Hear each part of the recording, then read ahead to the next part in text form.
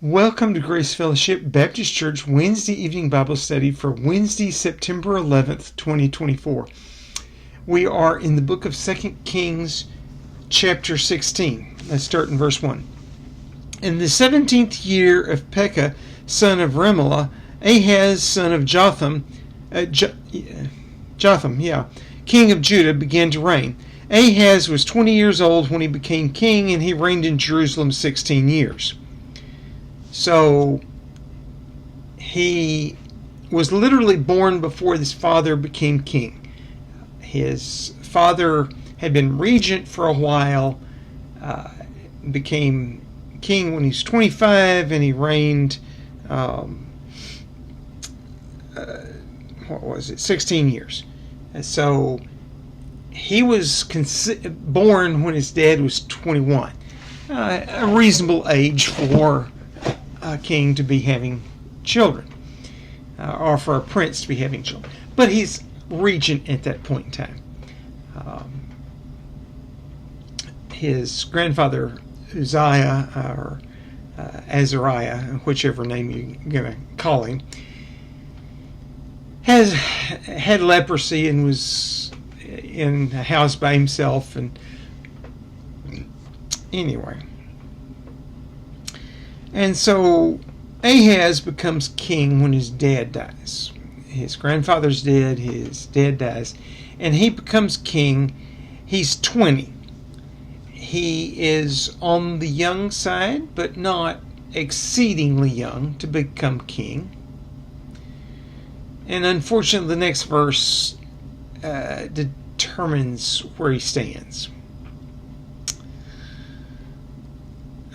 Middle of verse 2. Unlike David his father, he did not do what was right in the eyes of the Lord his God.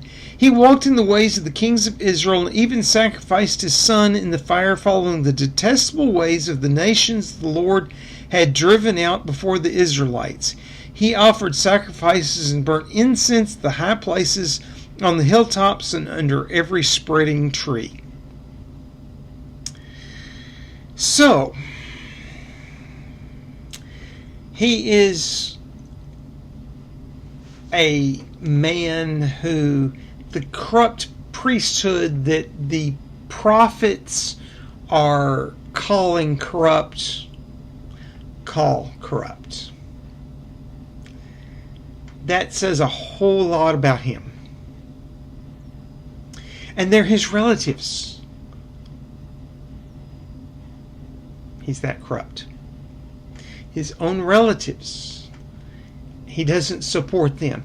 And he's going out and worshiping all these other gods, and he's going out to the high places people have built and the hilltops and the surrounding area, and instead of worshiping Yahweh, he's explicitly worshiping what has been a hidden practice in Judah up till now: all the other gods of the lands around.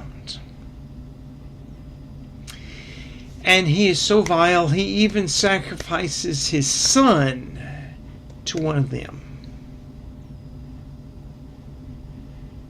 There's a reason God only let him live 16 years after he became king. He's 36 when he died. Even by that day and time, he's a relatively young man. He's in the prime of his life, according to them, and he dies. So he is somebody that is vile.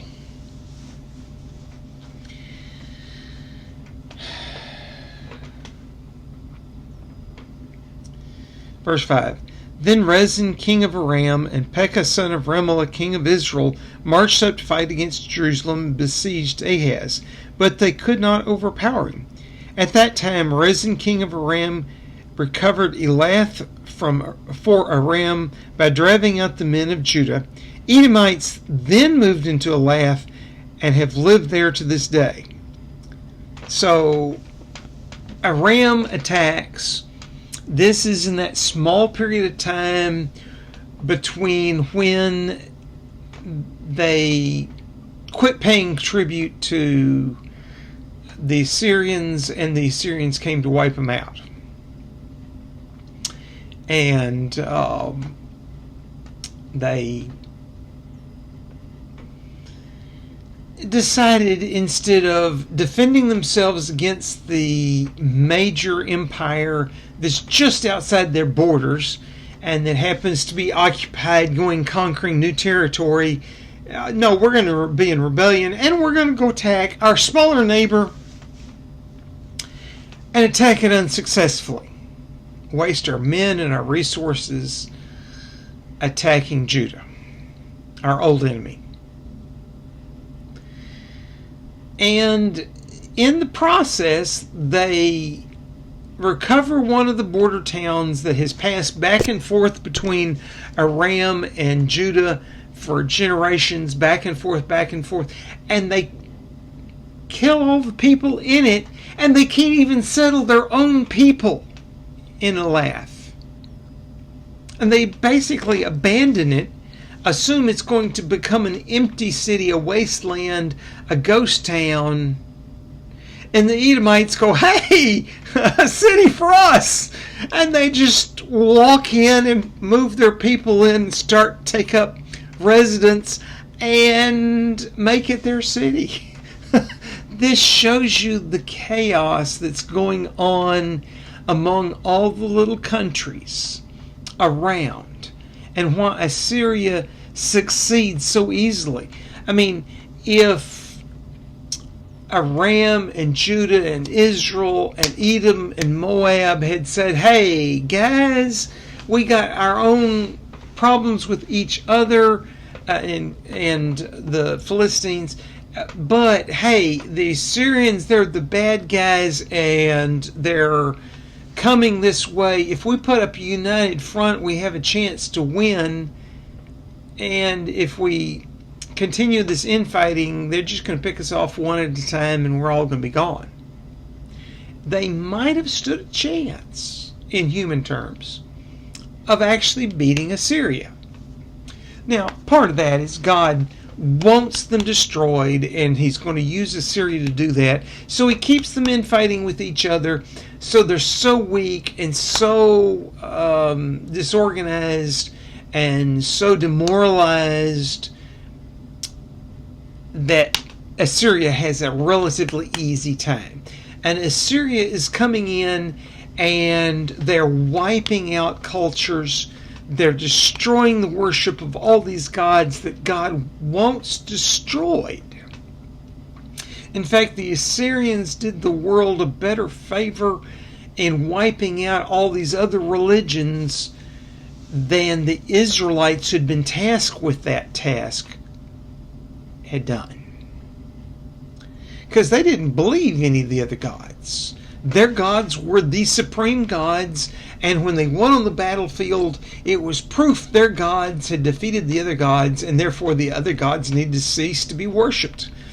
And they would go in and absolutely destroy it, and destroy any evidence that the other gods had existed. Destroy idols, destroy temples, any records. They would go through and, in destroying things, not just knock a wall down that was in a building, they would go sand the surface smooth if it had drawings or relief or writing on it about these other gods before they knocked the wall down. They remind me of the more radical Islamicists that when they take over an area will dynamite the bas relief off the walls or knock the statues down and break them up and take sledgehammers and pound the pieces left into gravel. Things like that. That's the kind of thing the Assyrians did. And honestly, I have read that some of the Islamicists are pointing back to the Assyrians and their success at wiping these false religions out and saying that's what we need to do. They were right in their practice, they were wrong in their gods. And I can't argue with that logic too much. The problem is it's human beings trying to wipe out. And how do we really know which God is absolutely real? Well, the Assyrians used the logic, if we won, our gods must be real. Because our gods are gods of war, and if they defeat the other gods, then our gods are the real gods. You know, for human logic, it's not too terrible. And it was truth that they were destroying false gods. And they wiped out a lot of the false gods. And in fact, Scripture is the only place we have some of these false gods mentioned now. Because the prophets decried them. And the writers of Kings and Chronicles decried them.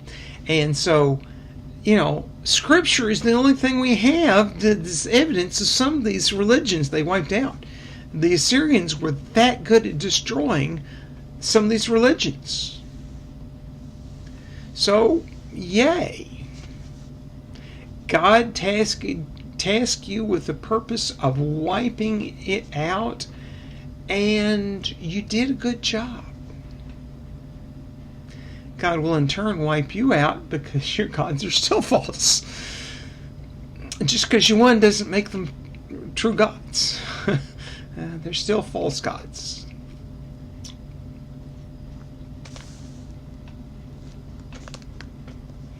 Verse 7. Ahaz sent messengers to say to Tiglath-Pileser, king of Assyria, I am your servant and vassal. Come up and save me out of the hand of the king of Aram and the king of Israel who are attacking me. So he sends an envoy to Assyria and says, hey, rescue me, I'll be your vassal. Well, the Assyrians want him to be a vassal, and hey, they haven't yet done their accounting to see has Israel and Aram sent their tribute the way they should have, but you can guarantee when they get this envoy and get this message, they're going to go to the accountants and say, hey, have we got our revenue from these two guys? Is it our guys that are attacking him? Or is it, oh, they haven't sent the tribute, huh? Yeah, we need to take care of that. So the Assyrians have two reasons to attack Israel and attack Aram. One, they have a common enemy. You know, the enemy of my enemy is my ally. I can be ally with Judah right now. I won't conquer him later, but, you know, we'll get to him later.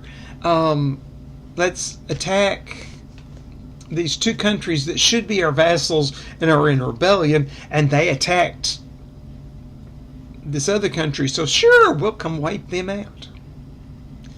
And so that's what we're fixing to see happen. Verse 8, And Ahaz took the silver and gold found in the temple of the Lord and the treasuries of the royal palace and sent it as a gift to the king of Assyria. The king of Assyria complied by attacking Damascus and capturing it. He deported its inhabitants to Kir and put Rezin to death. So, Assyria says, sure, hey, and they attack Damascus. And you're going, Damascus is the capital of Syria. Why is he attacking Damascus? Because he's actually still possesses the capital of Aram, just the country in the process of rebelling and stuff had moved their historic capital out of Aram to their conquered country of Syria, and they had conquered Syria and built Damascus as their regional capital. Well, when they got defeated in their own country, they moved the government to Damascus. So Aram effectively moved out of Aram into Syria, and they're now in Damascus. They're now in Syria. And the Syrians are no more. They're intermarried with uh, the people of Aram. And so Assyria comes in and attacks Damascus. Now, Damascus has not been properly rebuilt yet. It's been conquered. The walls have been damaged. It's not a great place to be trying to defend. Now, at one point in time, Damascus was a massive city wall defending a large city and was a pride and crown jewel of a empire. But time and fate and conquering armies have taken their toll, and Aram has not got the wealth and the strength to rebuild it correctly, and they're sitting in a decrepit city that they conquered from its rightful owners. And so when the Assyrians, who had conquered their capital, which was a better defended capital, get to Damascus, it's an easy job for them to defeat this army that's been defeated multiple times on the battlefield and been decimated, and they've had to run for their lives, and they've holed up in this flea-bitten city of Damascus. And the Assyrians won, and that's just kind of a foregone conclusion. They had attacked this guy and his army before. They're doing it to, a quote, help their ally, Judah. Oh, they've received a bunch of silver and gold to do that. And they've noticed, oh, wait, you hadn't paid your tribute like you should, and you ran out of your own capital, so we couldn't control you? Yeah, you're a bunch of rebellious little... Yeah. And so they come in and they wipe Aram out. And they deport all the people and leave nobody in what used to be Syria. They leave nobody in what used to be Aram. They're going to move people in from outside those regions, other lands they've conquered, and move people in, and they're going to do a great stirring of peoples in the Middle East. And they did that to wipe out religions, wipe out loyalties. They very often would move one family group here and a related family group here 1,000 miles away, where they could never communicate and they could never rebuild their tribe, and put other family groups from other tribes next door to them, and suddenly everybody in the whole Middle East is no longer their tribe. They're intermixing with all these people that the Assyrians conquered that are next door to them, and they're becoming just a conquered people's underclass to the Assyrians in the whole Assyrian Empire. There's becoming a Middle Eastern mindset. We're all Middle Easterners, so to speak. That's not the way they thought of themselves, but under the Assyrians. The Assyrians are in charge, and then there's everybody else. And they're beginning to get that interbreeding of everybody together to become just Middle Easterners. And of course they killed Rezin. Verse 10. Then King Ahaz went to Damascus to meet Tiglath-Pileser, king of Assyria. He saw an altar in Damascus and sent to Uriah the priest a sketch of the altar with detailed plans for its construction. So Uriah the priest built an altar in accordance with all the plans that King Ahaz had sent from Damascus, and finished it before King Ahaz returned. So when King Ahaz goes to meet and thank Tiglath-Pileser for defeating his enemy. He goes to the capital and he sees an altar that was in Damascus and he likes it. And this is probably an altar that used to be a Syrian altar, and then it became an altar for those from Aram, and now it's an altar for the Assyrians. They've just conquered the city. They don't have time to rebuild the city. They haven't done all that. They haven't made it over in their image yet. This is what was already there. He sees it, he likes it, he sends the design back to Jerusalem and says, build this. And the priest does. I mean, how long does it take to go to Damascus, have a state meeting, and come back home? How long did he have to build it by a runner sending plans back and before the royal procession got back to Jerusalem? Admittingly, the messenger would go back a whole lot faster than the royal household traveling at the pace that was comfortable for the royal household. But you don't have that long. They didn't spend years together in Damascus. Probably weeks at most, and then they start heading home. It probably takes them 2 or 3 months to get home. Admittingly, the runner got there in probably less than a week. So you have like a month and a half, 2 months at most to build an altar. And they did. And the priest went along with it. That says how corrupt the priest is. He likes the idea of a new altar that matches the altars of the foreign gods that everybody else is worshiping. He's not like, that's not what Moses told us to do. That's not what King Solomon built.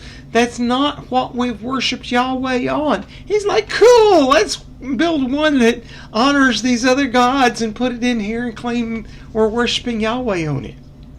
And he builds it. He's corrupt. And he's willing to do what the guy that just a few verses before said his heart was not like David. He worshipped all the other gods, and he sacrificed his son, and he worshipped at all the high places, and the high priest is going along with this king and building this foreign altar. Verse 12. When the king came back from Damascus and saw the altar, he approached it and presented offerings on it. He offered up his burnt offerings and grain offerings, poured out his drink offering, and sprinkled the blood of his fellowship offerings on the altar. The bronze altar that stood before the Lord he brought from the front of the temple, from between the new altar and the temple of the Lord, and put it on the north side of the new altar.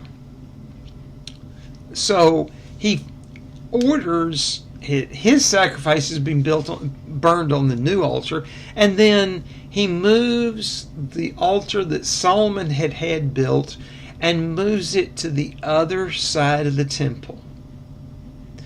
So the two altars can't be seen from each other.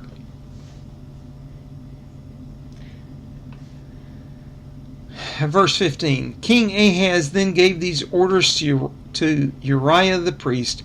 On the large new altar offer the morning burnt offerings and the evening grain offering, the king's burnt offering and his grain offering, and the burnt offerings for all the people of the land, and their grain offerings and their drink offering. Sprinkle on the altar all the blood of the burnt offerings and the sacrifices. But I will use the bronze altar for seeking guidance. And Uriah the priest did just what King Ahaz had ordered.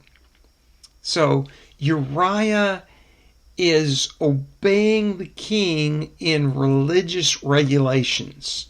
He's not going back to Moses. He's not going back to what David had said or Solomon had said. He's paying attention to this guy that doesn't worship Yahweh and saying, sure, whatever you say, king. He should be calling Ahaz out and saying what you're doing is wrong. This is not the way we should do it. This is not the way the regulations say we should do it. This is not what God's told us to do, how God said to. And why is Ahaz wanting to consult God on the altar? He doesn't worship him. He doesn't obey him. Well, he's a polytheist, and he doesn't want to chance angering any of the gods. So he's not going to get rid of Yahweh's altar. And if he ever decides he needs to consult Yahweh, he's going to go to that altar to consult on it. But that's not where he's going to offer sacrifices. He's going to offer his sacrifices on the altar that honors his gods that he had built in his absence. So we see his heart, and we see the heart of Uriah the high priest. As corrupt as Ahaz. Verse 17. King Ahaz took away the side panels and removed the basins from the movable stands. He removed the sea from the bronze bowls that supported it and set it on a stone base. He took away the Sabbath canopy that had been built at the temple and removed the royal entryway outside the temple of the Lord in deference to the king of Assyria. So, because the king of Assyria came and visited him and was offended by Yahweh's temple and how it was set up, he makes changes that had been there since the temple was built. And he changed how people practiced at the temple and interacted with the temple. And let's face it, the movable stands that held water, they were movable for a reason. You filled them full of water and you moved it over to where you were doing a sacrifice so you could clean up at that spot. By removing the wheels off of it, he made them immobile, and you had to take the sacrifice to the basin. What's the point of having a bunch of basins other than having a bunch of workstations? You can't move the basin to where the work is being done. You have to put the work where the basin is. And you have to get water into the basin from the sea. But, oh wait, he took that off of its big stand and set it down lower to the ground. Immediately that makes it easier to get water in and get water out. But he put it on a stone base. And the implication here is he's also making a profit by using that bronze for something else. Probably selling it to the king of Assyria. So the king of Syria can make armaments and conquer more land. Defend his soldiers better.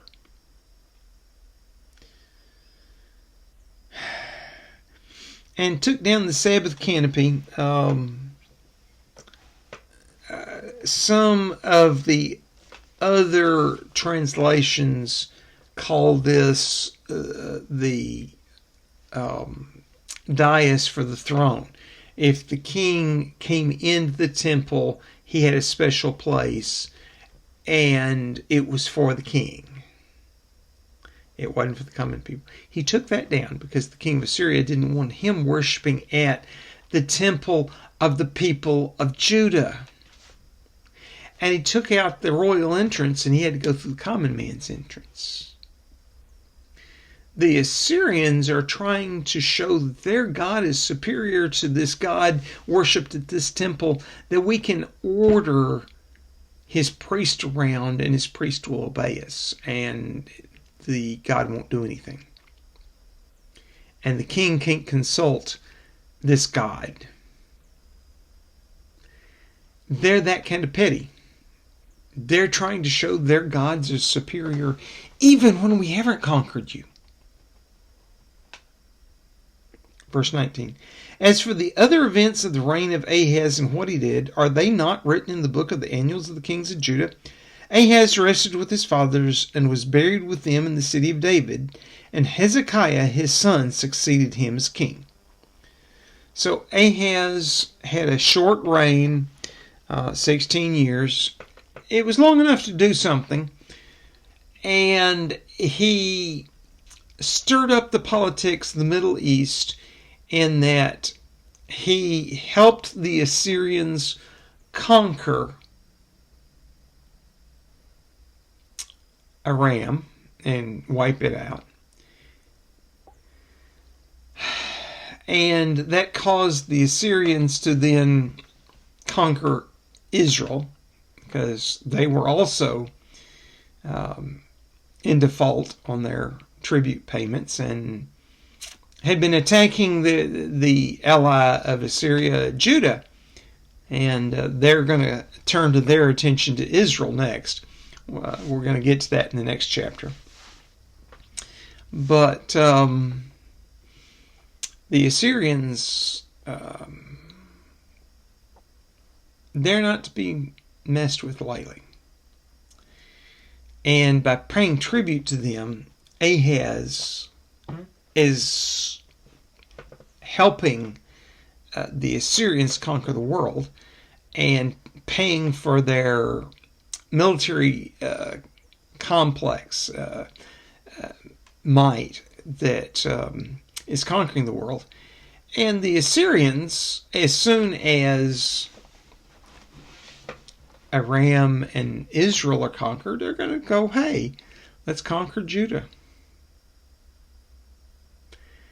And that's the way they worked.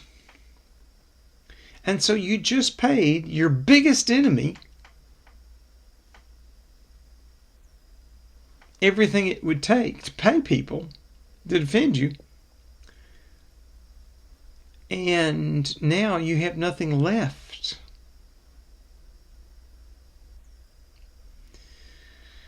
Oh, hey, Ahaz, you are an absolute fool.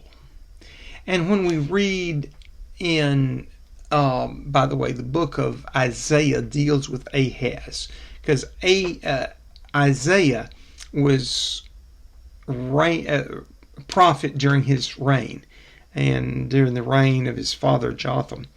And Isaiah was telling the people, telling the kings that they needed to pay attention to God and worship God and God only. And Ahaz flatly says, no, I'm not going to pay attention to what you say, Isaiah. I'm not going to pay attention to Yahweh. But God was not willing yet to wipe Israel out, because it was not the Assyrians that God wanted to wipe, Judah. It was not the Assyrians that God wanted to use to wipe Judah out. He wanted the Babylonians. And the Assyrians are such staunch religionists. They're making a name for a bad reputation for religious absolutism in the Middle East. It's going to have a lasting memory in the Middle East through the Babylonian, through the Greek, through the Medo-Persian Empire, and to the Roman Empire. Events are going to happen, and the Assyrians are going to be the bad guys the whole time, as the people you don't act like. They're going to be the guys that everybody says, I'm not going to be like them. I'm the good guy. I just conquer you once, and you can still worship your God as long as you support our king. And literally all these other kings do that. And we're going to deal with what the king of Assyria did to Israel next week. That's next week's lesson. But Ahaz, by being evil, sets up events, and he impoverishes the country to get Assyria's meddle in the two countries next door, which puts Assyria on his border. And yeah, he gets rid of his two biggest enemies. But he doesn't make friends with the two countries on his other side that had a chance of withstanding Assyria, the Philistines and the Egyptians. And the Egyptians are rightly concerned about the Assyrians, but they're not willing to conquer the countries between Egypt and Assyria. They're quite willing for the Assyrians to slowly grind through all these little countries and spend their resources grinding through these little countries that Egypt has not conquered for hundreds of years. Honestly, hasn't conquered since Joshua came through and made the country of Israel. Well, I say that. There was one king early in the period of the Judges that came into and conquered the land for a little while, and then God raised up a judge and threw them out, and Egypt has not come back up that way again. And so it's been a long time. It's the stuff of legend. They don't even have good history of it anymore. And, the Egyptians are not fixing to go conquer Philistia and Judah to go take on Assyria. They're going to let the Assyrians conquer Judah and Philistia and then take on the Assyrians, letting these other countries grind the Assyrians down. That's their strategy. And they're not that strong, and they have a right to fear the Assyrians. That if the Assyrians come that direction, the Assyrians might win and conquer Egypt. And if the Assyrians do that and Egypt folds, they could go all the way to the south border of Ethiopia. Now, it's a long supply line.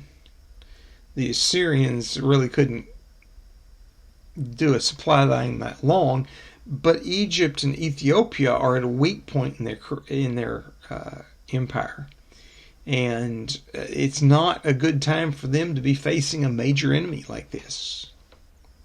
And so they're not going to go adventuring.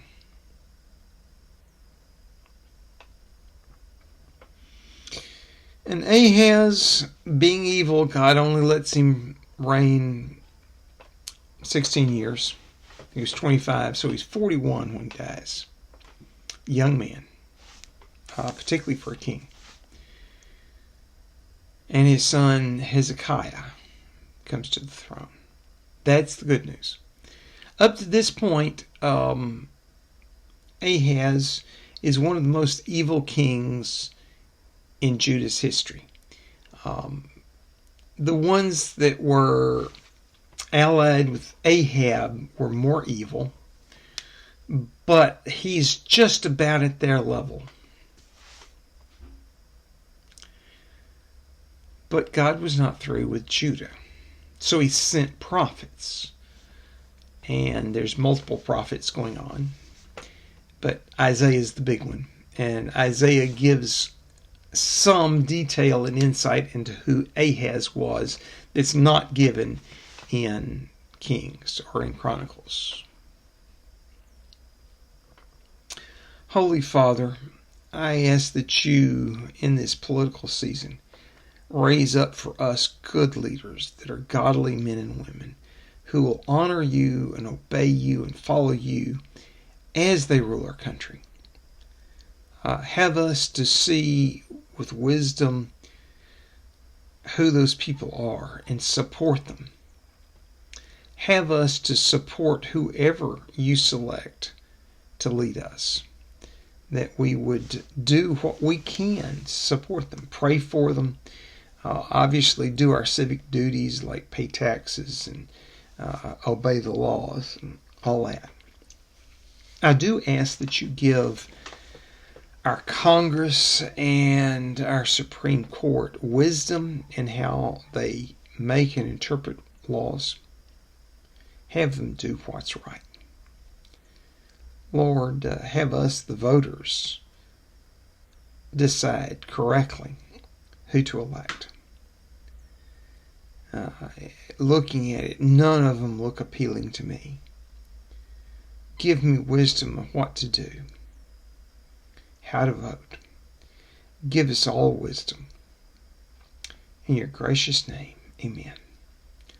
I am your host, Frank Reich, Associate Pastor of Family and Ministry at Grace Fellowship Baptist Church, and this has been the Wednesday evening Bible study for Wednesday, September 11th, 2024. This was recorded on Sunday, September 8th, 2024, and Oscar's doing a good job going through the bloodline of Jesus. Today was Abraham, and he had some very good points, very valid points, that Matthew was pointing out that Jesus was the fulfillment of the promise to Abraham. And some other things that he did an excellent job. Go watch it if you weren't there. Watch it again even if you were. He has some excellent teaching. I'm looking forward to the rest of his sermon. I'm also looking forward to his sermon series that comes after this, because he deals with some of these guys we've been dealing with here in 2 Kings in the next sermon series. And I think he's going to have some interesting insights and take us to valid places. You have a blessed week. I hope to see you there Wednesday night. If not, I hope to see you Sunday, next Sunday. And if not, I'll see you here on YouTube. Have a blessed week.